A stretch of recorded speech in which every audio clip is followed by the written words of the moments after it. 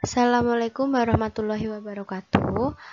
Untuk hari ini kita akan belajar tentang resep dan juga salinan resep ya, Dek.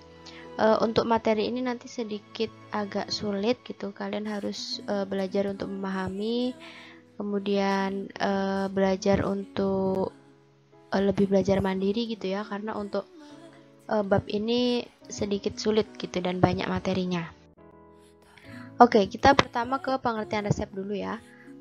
Kalian tentunya pasti pernah mendapatkan resep gitu ketika kalian berobat ke dokter, atau mungkin kalian ke klinik, atau mungkin ke puskesmas, pasti akan mendapatkan resep. Nah, resep sendiri itu apa?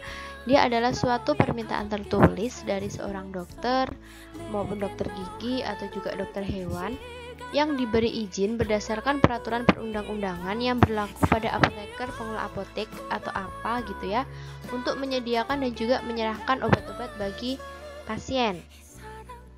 Nah, biasanya resep ini juga merupakan suatu wujud nyata hubungan antara profesi dokter dan juga apoteker dengan pasien. Biasanya ada dokter umum dan juga dokter spesialis. Itu tidak terdapat batasan mengenai jenis obat yang boleh diberikan kepada pasien. Atau mungkin juga dokter gigi yang diberi izin untuk menulis dari segala macam obat dengan cara parenteral atau injeksi, atau dengan cara-cara pemakaian yang lain juga. Nah, kalau untuk dokter hewan itu memiliki pembatasan dalam penulisan resep ya, tetapi tidak ada jenis obatnya melainkan pada pasiennya. Berarti kalau dokter hewan harus menyuntikkan atau memberikan resep kepada hewan gitu ya. Nah, resep itu biasa disebut dengan formula Medice gitu ya, yang terdiri dari formula officinalis, yaitu resep yang tercantum di buku standar gitu ya, atau memang dia sudah tercantum dari suatu buku. Ada juga formula magistralis, yaitu yang ditulis oleh dokter. Jadi ketika kalian periksa ke dokter ataupun klinik, nah ketika resep itu ditulis oleh dokter berarti disebut dengan formula magistralis. Nah, ini adalah gambar resep di sebelah kanan gitu ya, dan sebelah kiri keterangan kelengkapan resep. Nah, resep itu ada banyak kelengkapannya. Yang pertama ada nama, kemudian alamatnya, nomor izin praktek dari dokter tersebut gitu ya. Nah, seperti contohnya adalah Dokter Ardiani Nindya Kartika, itu adalah namanya. Kemudian alamat prakteknya di Jalan Lejen Supratjo 24A.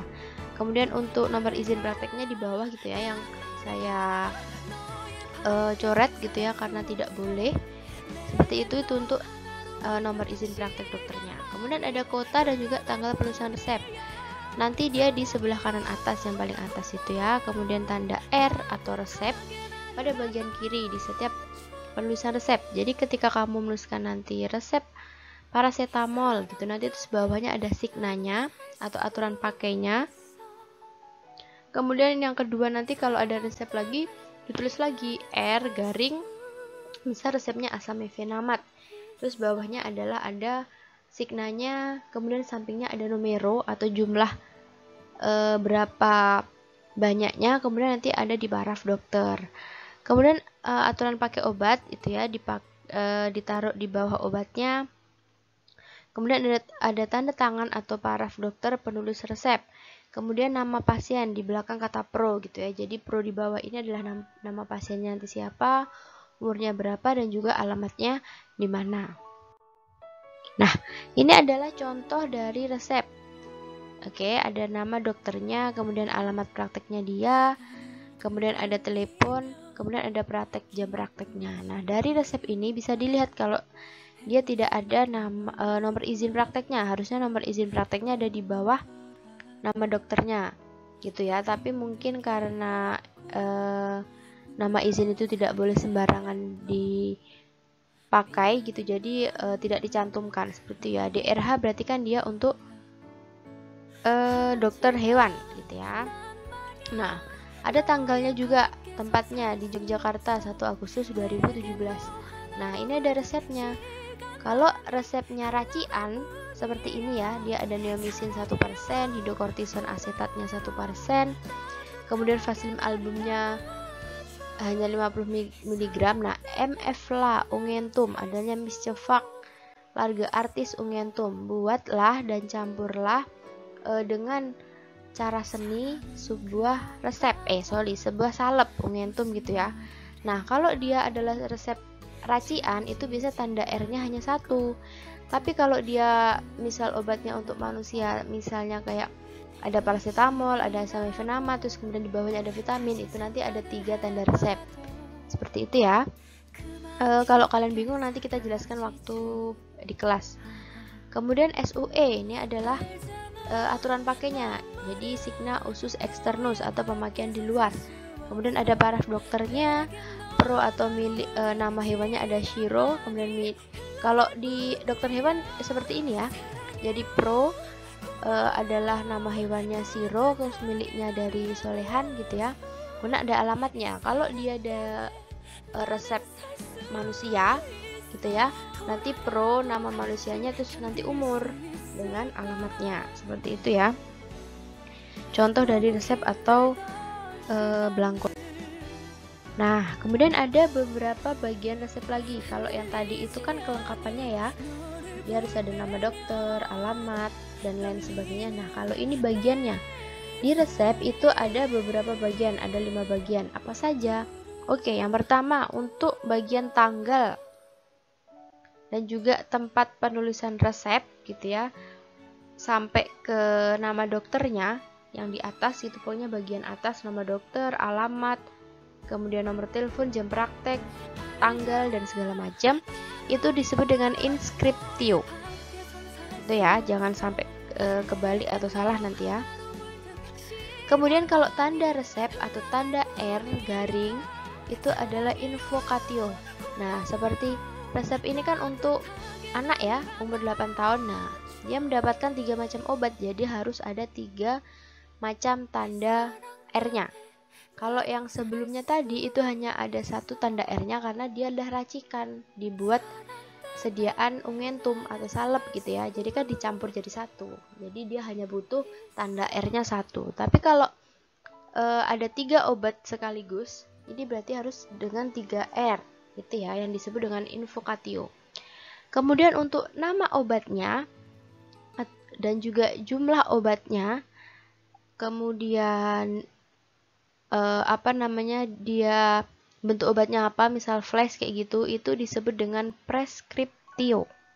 Itu ya, prescriptio. Ingat-ingat, jangan sampai kebalik. Kemudian untuk yang signa atau aturan pakai, signa atau S3DDCTH1 ini nanti kalian silahkan mempelajari bahasa Latin gitu ya. Artinya adalah signater DDE Cochlearti 1, yaitu 3 kali 1 sendok teh gitu ya. Ini signa atau aturan pakai itu disebut dengan signatur, seperti itu. Nah, kemudian untuk parafnya atau paraf dokternya itu disebut dengan subscriptio, seperti itu ya, subscriptio. Jadi ada 5 bagian. Ada inscriptio untuk untuk tanggal dan tempat tulisan resepnya. Kemudian invocatio adalah tanda R atau tanda resepnya. Kemudian prescriptio-nya adalah obatnya, jumlahnya berapa, seperti itu. Kemudian ada signaturnya atau signa atau cara pemakaiannya. Kemudian paraf dokternya disebut dengan subscriptio. Oke, silahkan dipahami, dihafalkan bagian-bagiannya supaya tidak ketukar. Nah, ada juga komponen resep. Nah, untuk komponen resep ini dia ada beberapa ya. Menurut fungsi obatnya gitu ya, menurut fungsi bahan obat resep itu terbagi atas 4. Dimana yang pertama adalah remedium kardinal, yaitu dia adalah obat berkhasiat utama. Kemudian ada remedium adjuvan, yaitu obat yang menunjang bekerjanya bahan utama. Kemudian ada corrigens, yaitu zat tambahan yang digunakan untuk memperbaiki rasa, warna, bau, dan juga biasanya kelarutan gitu ya dari obat bahan utama tersebut. Nah, untuk corrigen ini dia dibagi menjadi 5. Yang pertama ada corrigen actionis, yaitu untuk memperbaiki kerja zat yang berkhasiat utama gitu. Jadi mungkin obat utamanya itu khasiatnya sedikit tidak berefek gitu, jadi dia diperbaiki dengan bahan tambahannya atau korigennya. Kemudian untuk korigen aktionis contohnya ada pulvis doveri yang terdiri dari kali isulfas kayak gitu ya, opioid pulvis. Kemudian yang kedua ada korigen saporis, yaitu untuk memperbaiki rasa. Sapo untuk memperbaiki rasa, contohnya sirup simplex atau sirup simplex. Biasanya kan banyak sirup yang rasanya strawberry, jeruk kayak gitu-gitu ya. Nah, itu dia adalah ditambah dengan korigen saporis atau zat tambahan yang berfungsi untuk memperbaiki rasa obat. Kemudian ada korigen odoris, yaitu zat tambahan yang berfungsi untuk memperbaiki bau obat supaya baunya nggak menyengat, nggak buat mual gitu ya. Contohnya ada oleomente piperate atau minyak serum peppermint. Jadi baunya ada min-minnya. Kemudian ada korigen koloris. Namanya koloris berarti kan warna. Berarti dia untuk memperbaiki warna obat. Contohnya karamel, warnanya menjadi coklat, atau mungkin karminum gitu, warnanya menjadi merah. Kemudian ada juga korigen solubilis, yaitu merupakan zat tambahan yang berfungsi untuk memperbaiki kelarutan obat utama. Jadi obat utama itu mungkin dia juga memiliki kelarutan yang susah gitu ya, atau mungkin kelarutannya sulit gitu. Jadi dia diberikan korigen solubilis. Nah, kemudian yang keempat, ini biasanya jarang terjadi ya, atau jarang dipakai, adalah konstituen atau vehikulum eksipien yang merupakan zat tambahan yang bersifat netral dan dipakai sebagai bahan pengisi. Contohnya laktosum atau SL biasanya ya disebutnya pada serbuk. Kemudian ada juga amilum pada bedak. Nah, ini adalah poin penting gitu ya. Biasanya resep itu ada yang dia membutuhkan penanganan yang segera atau harus segera dibuat, yang disebut dengan resep untuk penanganan segera. Nah, biasanya untuk penderita yang membutuhkan pengobatan segera itu dokter dapat memberi tanda pada resepnya di bagian kanan atas. Bisa dengan kata cito yang artinya segera, atau mungkin kata urgent, penting gitu ya. Kemudian ada statim yang artinya juga penting, atau pim yaitu periculum in mora yang artinya dia akan berbahaya bila ditunda. Nah, ditulis pada bagian atas kanan resep gitu ya. Apoteker tidak boleh menunda. Jadi misal kalian dalam waktu yang bersamaan itu mendapatkan 5 resep atau mungkin 3 resep gitu ya, maka kalian harus yang namanya screening resep. Screening resep itu adalah kita melihat dulu resepnya ini apa aja gitu ya, bahan-bahannya apa saja, kemudian kandungannya apa saja. Yang paling penting kita harus melihat di bagian kanan atasnya ada nggak tanda cito atau urgent atau mungkin PIM gitu. Nah, ketika tidak ada, boleh kalian mengurutkan mengerjakannya sesuai datangnya pasien gitu ya. Tapi ketika ada resep yang bertanda cito, urgent, dan PIM atau statin, itu kalian tidak boleh menunda. Jadi harus resep tersebut yang pertama kali dikerjakan. Biasanya ini untuk resep antidotum juga harus segera ya. Antidotum itu adalah abu atau anti bisa ular, obat-obat bisa ular. Nah, seperti ini contoh untuk resep urgent atau cito atau PIM gitu ya. Jadi ada komposisinya seperti biasa, nama dokter, kemudian alamatnya, kemudian surat izinnya, kemudian ada alamat tempatnya di mana, tanggalnya, kemudian resepnya apa, terus paraf gitu ya, paraf atau tanda tangan dokter, nama pasien, umur, dan juga alamat. Nah, tapi bedanya di bagian atas sana, kalau kalian lihat ya, di bagian atas bagian kanan itu ada tulisan cito atau PIM, yang artinya resep ini adalah berbahaya bila ditunda. Seperti itu ya. Nah, kemudian ada juga resep yang dapat atau tidak dapat diulang. Oke, yang tadi jangan lupa dipahami ya. Terus kita masuk ke yang resep yang dapat atau tidak dapat diulang. Oke. Ini jangan sampai keliru juga, jangan sampai kebolak-balik ya. Yang pertama itu adalah jika dokter menghendaki resep itu diulang, maka pada resep tertulis itu akan ada kata iter atau iterate, yang artinya adalah resep itu diulang gitu ya. Ini adalah bahasa Latinnya. Iter gitu artinya diulang. Nah, serta dia nanti akan diikuti angka yang menunjukkan jumlah pengulang resep di belakangnya. Contohnya, ini adalah iter 3 kali. Nah, artinya resep tersebut itu dapat diulang atau dia dapat dibeli sebanyak 3 kali dengan menggunakan resep yang sama. Tetapi dia dilayaninya sebanyak 4 kali. Kenapa? Karena yang pertama itu adalah resep orinya, misalnya gitu ya, resep aslinya gitu ya. Jadi kalau ada tulisan iter 3 kali, berarti dia dapat mengambil obat sebanyak 4 kali. Karena yang pertama adalah dari resep aslinya atau resep yang ori, kemudian yang ketiga ini dari kata-kata iter 3 kali itu tadi gitu ya. Semoga kalian gak bingung. Kalau misal tulisannya iter 2 kali, berarti dia dapat dilayani sebanyak 3 kali. Pengulangan resepnya sebanyak 2 kali. Yang sekali itu adalah dari resep asli atau resep orinya gitu ya. Kemudian poin yang kedua, jika dokter menghendaki resep itu tidak boleh diulang, maka pada resep tertulis kata NI atau ne iteratur, yang artinya dia tidak boleh diulang. Biasanya ini untuk resep obat-obatan narkotik seperti itu, pasti tidak boleh diulang. Seperti itu ya. Kalau diulang berarti nanti ada kata iter, terus di belakangnya adalah angkanya berapa kali pengulangan. Kalau tidak boleh diulang berarti NI atau ne iteratur. Seperti itu.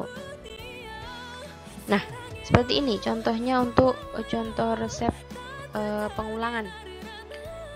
Anggap aja di atas itu lengkap ya, ada nama dokter, alamat, kemudian SIP atau surat izin praktek dan lain sebagainya. Kemudian ada tempatnya, tanggal. Untuk obat tablet atau untuk resep tablet simvastatin nomor L ada tulisan iter 1 kali gitu ya. Untuk yang lainnya kan enggak, yang lainnya kalian anggaplah diabaikan. Berarti kalian lihat di resep yang simvastatin, berarti itu kalian pasien diberikan resep dengan pengulangannya 1 kali, berarti dia dapat dilayani sebanyak 2 kali pengambilan resep gitu ya. 1 resep dari resep orinya, kemudian 1 resep dari pengulangannya. Seperti itu ya. Dipahami, semoga tidak bingung. Nah, kemudian kita lanjut ke salinan resep atau kopi resep. Jadi gini deh, kalau kita mendapatkan resep dengan tanda iter gitu ya, yang dikembalikan kepada pasien itu nanti bukan resep aslinya. Jadi biasanya resep aslinya itu akan dibawa oleh suatu apotek, kalian ngambil obat. Untuk pasien kalian akan diberikan yang namanya kopi resep atau salinan resepnya, yang artinya kalian nanti bisa mengambil obat itu lagi dengan membawa kopi resepnya. Nah, untuk kopi resep itu sebenarnya apa? Kopi resep atau biasa disebut dengan apograf gitu ya. Dia merupakan salinan yang dibuat oleh apotek.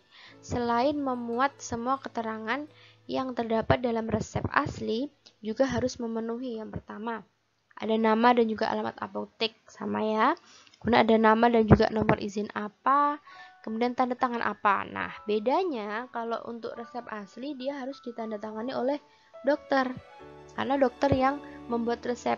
Tapi kalau kopi resep itu dia harus ada tanda tangan apanya atau apoteker pengelola apoteknya. Kemudian tanda date, ini nanti biasanya di paraf apoteker gitu ya, terus ada tanda date, artinya detur atau obat sudah diserahkan.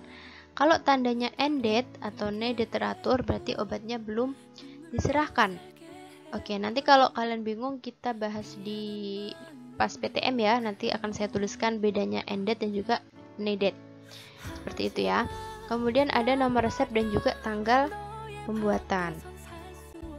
Nah, seperti ini. Untuk contoh kopi resep, ada nama apoteknya, alamatnya, nama dokternya, SIA atau SIP-nya, kemudian ada resep dokter, itu biasanya resep dokter siapa ditulis lagi, kemudian tanggal berapa, masuknya tanggal berapa, terus nomor resep ke berapa.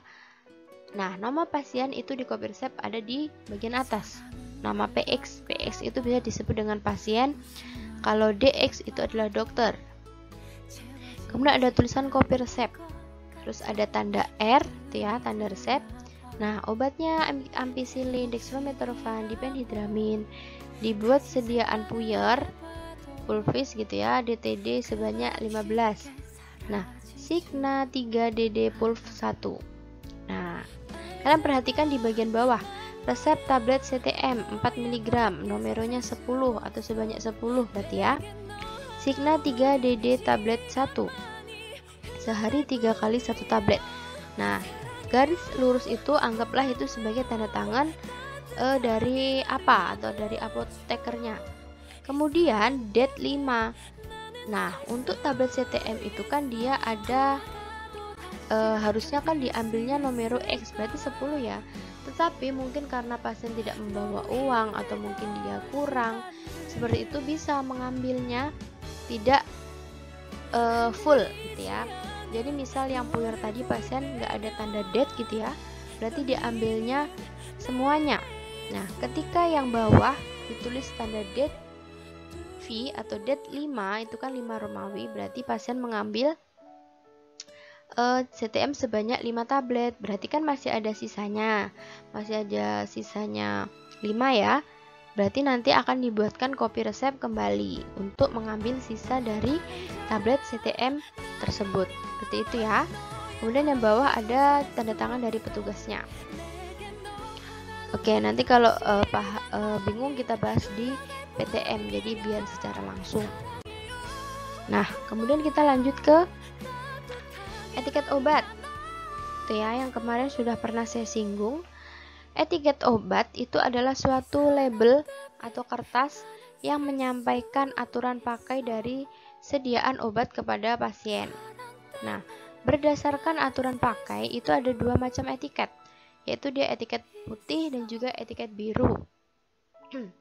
Kalau kalian masih ingat, kemarin saya bilang kalau etiket putih itu digunakan untuk obat pemakaian luar atau sediaan obat yang dipakai atau dikonsumsinya melalui mulut dan dia masuk ke saluran GI atau gastrointestinal. Contohnya ya sirup, kemudian puyer, kemudian ada tablet, pil, kapsul yang biasa kalian minum, yang biasa kalian konsumsi sehari-hari itu ya. Nah, itu biasa nanti dikasih etiket warna putih. Kemudian yang kedua ada etiket biru, yaitu digunakan untuk obat pemakaian dalam. Sediaan obat yang dipakai pada permukaan kulit atau dermal. Contohnya ya salep, terus krim gitu ya. Krim kalian krim-krim bedak kayak gitu biasanya kan etiketnya warna biru. Kemudian ada pasta. Pasta itu kayak pasta gigi gitu ya. Kemudian ada juga injeksi maupun suppositoria seperti itu. Jadi itu menggunakan etiket warna biru. Nah, ini adalah contoh dari etiket gitu ya. Ada etiket warna putih dan juga ada etiket warna biru. Nah, keduanya sama-sama komponennya adalah nama apotek dan juga alamat apotek. Ada ya, Apotek Tepi Langit. Kemudian alamatnya di Jalan Jatinangor. Kemudian ada nama apotekernya, ada SIPA-nya. Kemudian ada nomor urut pembeliannya, berarti ini nomor 1. Kemudian ada tanggal pembuatannya, tanggal 21 gitu ya. Kemudian ada nama pasien dan juga umur. Biasanya kalau umur sebenarnya jarang ditulis gitu ya. Tapi kalau Tuan Patrick ini berarti kan usianya sudah tua. Kemudian obatnya, lalu aturan pakainya. Nah, kalian bisa lihat etiket ini sama tetapi isi obatnya berbeda kan ya. Kalian lihat yang etiket putih, amlodipin 5 mg, diminum 1 tablet sehari setiap 24 jam. pagi hari. Jadi sehari cukup 1 hari saja amlodipin untuk obat darah tinggi gitu ya. Nah, untuk sesudah atau sebelum makan ini nanti bisa dicoret salah satu. Jadi sesudah atau sebelum makan. Kemudian kalau yang biru, ketoconazole ini udah salep gatel gitu ya. Nah, makanya warnanya biru. Oleskan pada bagian yang sakit 2-3 kali sehari. Terus jumlah obatnya yang putih ada 10 tablet, yang biru ada 1 tub saja. Terus yang biru, nah biasanya biru ini ada label tambahan lagi, yaitu obat luar. Terus semoga lekas sembuh, harus dengan resep dokter. Kalau yang putih biasanya cuma ada tulisan semoga lekas sembuh dan harus ada resep dokter gitu ya. Kalian pahami perbedaannya ini ya. Oke, kemudian ada ini untuk etiket, itu ada penempatan etiket. Yang pertama ada posisi etiket yang tepat, yaitu dia pada botol obat itu etiket itu harus berada di posisi depan botol sekitar 1/3 dari bawah wadah. Berarti itu ya. Kemudian yang pot salep berarti etiket harus ditempatkan pada sisi pot salep yang sama, nggak boleh miring-miring kayak gitu ya, harus rapi. Kemudian bersihnya, pastikan wadah itu dalam keadaan bersih dulu. Jadi kalau misal kalian membuat salep, misalnya salep itu kan biasanya ada berminyaknya ya, dilap dulu biar bersih dulu, karena biar etiketnya nempel, nggak boleh kotor gitu ya.